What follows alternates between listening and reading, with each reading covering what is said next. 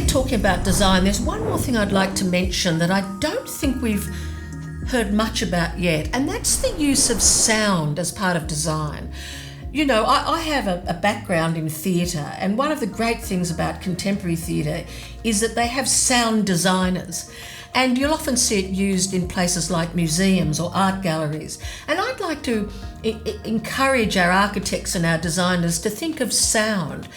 We can bring the sound of nature, whether it be bird call, whether it be the sound of wind or rain or music, obviously music, but I think we should think of sound design. And as we move and transit from room to room and purpose to purpose, that could be another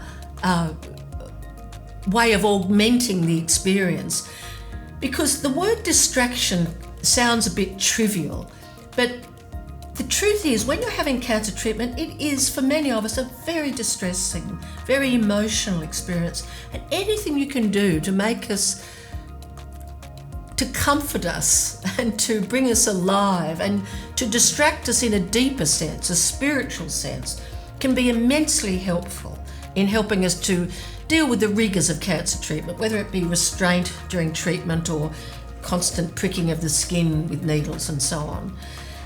So that soundscape is one thing, and obviously when you're actually in a radiation bunker, either for conventional radiation therapy or for proton therapy, having really good music options is a very good idea. And one of our radiation therapists suggested, the gentleman Andrew Puffett from up at Princess Alexandra in Brisbane, he talked about distraction from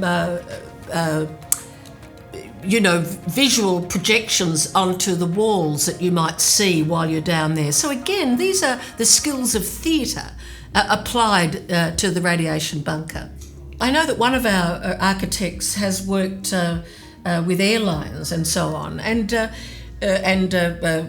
clubs that people go to before they fly on aeroplanes.